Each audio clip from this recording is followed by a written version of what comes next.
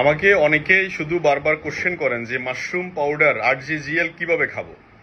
দেখেন এই 8G এবং জিএল, জিএল মানে হচ্ছে অর্থাৎ 18 দিনের মাশরুম, মানে অঙ্কুরিত মাশরুম, মানে ডাব এবং নারকেলের ভাষায় যদি বলি এটা হচ্ছে ডাব। আর এটা হচ্ছে 90 দিনের মাশরুম, মানে এটা পরিপক্ক মাশরুম, যেটাকে আমি বলি নারকেল।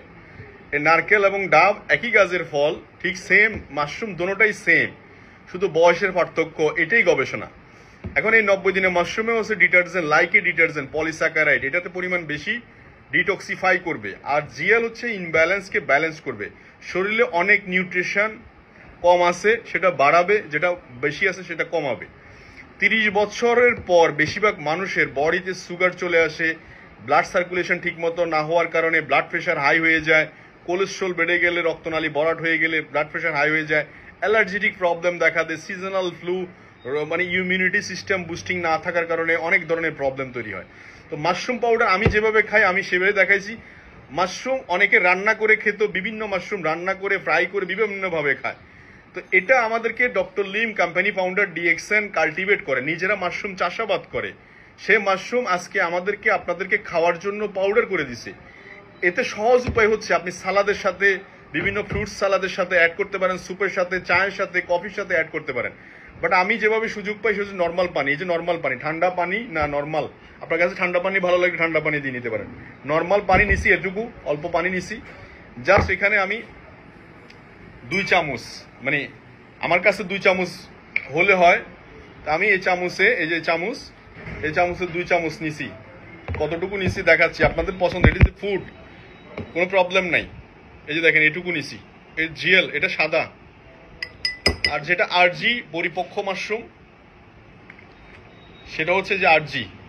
এই যে এটাও দিলাম,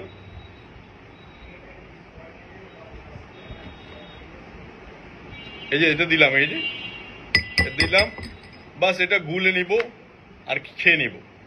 তার মানে মাশরুম হয়তো রান্না করে খাওয়া লাগতো, কিন্তু ডক্টর লিম আজকে রেডি করে দিছে, গুলে খাওয়া যাবে।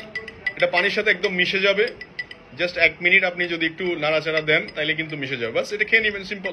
এবং সাথে 1 গ্লাস পানি খেয়ে নেবেন এটার সাথে। এবার সকালে হোক, বিকালে হোক, খালি পেটে হোক, ভরা পেটে হোক, আপনার যখন যেভাবে সুবিধা হয় ভালো নিতে পারেন। তবে খালি পেটে হলে বেশি সুবিধা কি, দ্রুত শরীরের সাথে মিশে যায়।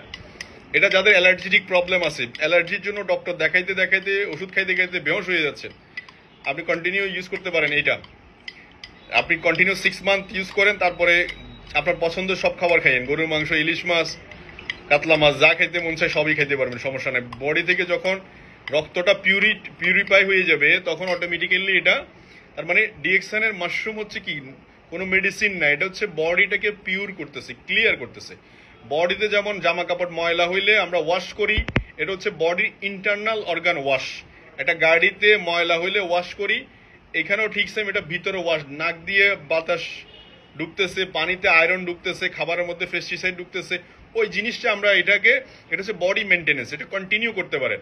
আর জিজিএল যারা কন্টিনিউ করবেন 6 মান্থ কন্টিনিউ করবেন টানা, এবং প্রতিদিন করবেন। যাদের অসুস্থ বেশি তারা 2 বেলা কন্টিনিউ করবেন, সকালে এবং বিকালে। 6 মান্থ পরে কি হিসাব করবেন। কেউ যদি বলেন যে আমি কিছু বুঝতেছি না, আমি বলবো যে সোজা আপনার ডায়াগনোসিস সেন্টারে যাবেন, টিজি পরীক্ষা করবেন, আপনার কোলেস্ট্রল লেভেল পরীক্ষা করবেন কি অবস্থা, সুগার লেভেল পরীক্ষা করবেন কি অবস্থা। জাস্ট 2 থেকে 3 মাস ইউজ করার পরে আবার পরীক্ষাতে যান কি অবস্থা, তখন রেজাল্ট আপনার চোখের সামনে দেখবেন। আমাদের হার্টের যত্ন নেওয়া বেশি দরকার না চুলের যত্ন নেওয়া বেশি দরকার? নিশ্চয়ই হার্টের যত্ন। তো এই জন্য বেশি বেশি করে 8G-GL ইউজ করুন। রক্তনালী ভরাট হওয়ার আগে পরিষ্কার রাখুন, বডিতে সুগার আসার আগে নিজেকে ক্লিন রাখুন, পরিষ্কার রাখুন। এই জন্য কন্টিনিউ 8G-GL ইউজ করুন।